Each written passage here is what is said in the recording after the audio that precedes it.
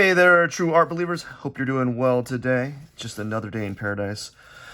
It is day 7 of the vloggy vlog.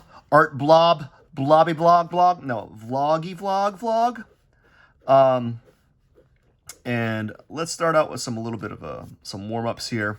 I'm gonna draw some clouds. Been thinking about this a lot lately with regards to the format of these videos. I don't really know the outcome, but I'm just gonna do them to see what happens, And I think I need to have some sort of there needs to be an outcome or a goal outside of just sketching. So I think what it might happen to this video format is I might have it end up being like a challenge. So like maybe I will do like the 100 head challenge where you draw 100 heads. I think the part of the challenge that the reason why that's a challenge is because it's not just drawing the 100 heads. It's drawing like 100 heads in like 10 days or something. I think that's the challenge, but I'm not going to do that. I don't know if I'm going to, I don't have the chops to do that. I don't have the chops nor the time. So it's going to be a very short little video, and I don't know what I'm going to talk about. It's usually just very organic, kind of just like random thoughts by yours truly. And sometimes the thoughts are irrelevant. Sometimes they have some kernels of truth to them, I guess. Anyways, just going to finish this cloud here, and that brings up the idea of when you're drawing, you sometimes have to have some sort of goal in mind, I guess. And the goal is it's in the back burner. I'm processing it. I'm thinking about like where I should go. And I think it might be something to have to do with like anatomy, right? This whole video process might pivot to like doing some sort of anatomy style drawings. And I think that'd be kind of fun to do something that is anatomy based, because I think as artists, practicing anatomy is just a net good. It's just going to make you a better like artist in general. If you can't, I've known artists who can't draw at all, but they're supposed to be able to draw, or I've known artists that are solely abstract artists and they don't practice other things outside of their craft. And I think as an artist or as a person, just in general, you should be practicing stuff that is outside your library of skill sets, like your skill set, and sometimes that could very well be practicing something like figurative work. It could be, if you're a figure artist, maybe, or if you're a realistic artist or you're a representational like artist where you draw photorealistic stuff, maybe for you, going abstract might be a good little segue, good little practice run, because it's all about experiences and developing experiences. And the more you develop experiences with your work, with what you do, the more like well-rounded you could be, I guess. And yeah, so that's part of the challenge of just like life, really. It's not really an art related theme, but like we are the summation of our experiences, and it's a good thing to kind of force ourselves to experience new things in our day-to-day. I think especially the older you get, like you kind of like get into this, oh, you can't teach an old dog new tricks type of thing, where you don't really try to change yourself. Like, oh, I'm set in my own ways type of thing. And I think to be a more well-rounded individual, you have to be pursuing new experiences. What was it? The comedian Bill Burr was talking about in one of his interviews or podcasts when he was a guest on somewhere. He was talking about, like, you have to do new things. You have to do new things that you normally don't do, because that will expand. Well, he was doing it so he could expand his comedy range, right? I also know a friend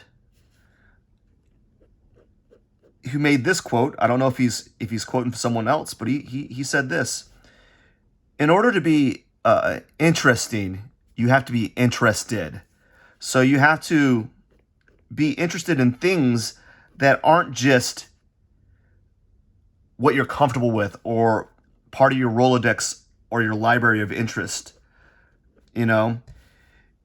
So you have to, like, push yourself in other, like, avenues per se. And anyways, I don't know where I'm going with this. I don't know. I'm just drawing Scooby here. Give me a break. Oh man, I'm trying my best to make like I'm to instill life lessons in drawing. Like, it's so silly. Oh man, there's lessons to be had here in drawing. You know, like, oh gosh. Maybe there is, maybe there isn't. You know, maybe. Who knows? Like, perhaps there is lessons to be gathered from the act of drawing, and lessons to imparse or to learn from drawing, or there's not.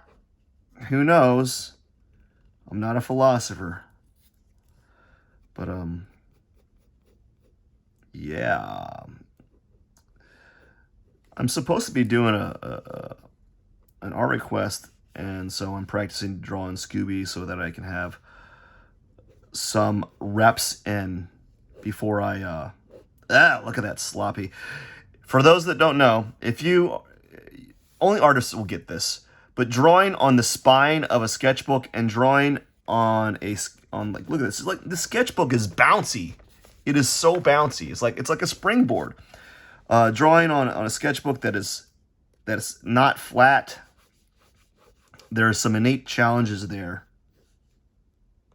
This does not look like Scooby. It looks like Scooby's brother or something like that. I don't know. Good one, Shaggy. I don't know. All right.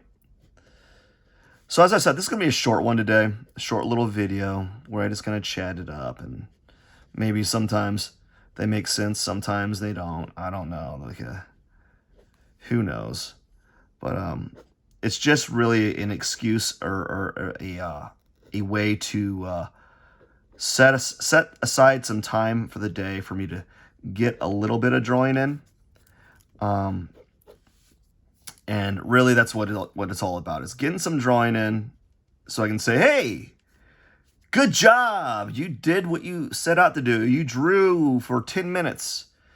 And really, that's all you need, to draw a little bit. And then hopefully, like, that stuff compounds with anything. The stuff compounds and you become a better person for it. Who knows? That's all that matters, is just trying to be a better individual in whatever aspect of your life, I guess. A lot of people don't want to do that because it's challenging. It's scary, you know. It's a scary thing to do things that are not in your in your comfort zone. You know, sometimes you get really comfortable with where you're at in life, and you stop growing, and that could possibly contribute to like can't teach a dog new tricks type of thing. You know, an old dog new tricks. And I don't know. I've heard this phrase where people, when you hit a certain age, you don't change. You stop. You're kind of set in your own way, your ways. And I don't know if how entirely true that is, but I think there's most certainly. You can most certainly. I think you can change. I think you can most certainly be a better you each day in some form or another. Or at least you can try. You can really try. You can set out small little goals or small little things that you can do to make you a better individual and whatever. Yeah, I really do believe that. And I always say this with art. Art is like one of the best measures of that. Or music could be one of those things where you set out to do something and you do it to improve, right? Weightlifting is a good example of self-improvement. But I think art is a good example too, because through time and just working at it, you will get better. Now, some people get better faster than others. Don't let that stop you. You know, I think that happens, and today, especially today, people see someone who's like younger than them, or more not they don't have to be younger, but like more skilled than them, and then they get like they don't even try, you know, because they defeat themselves before they even start.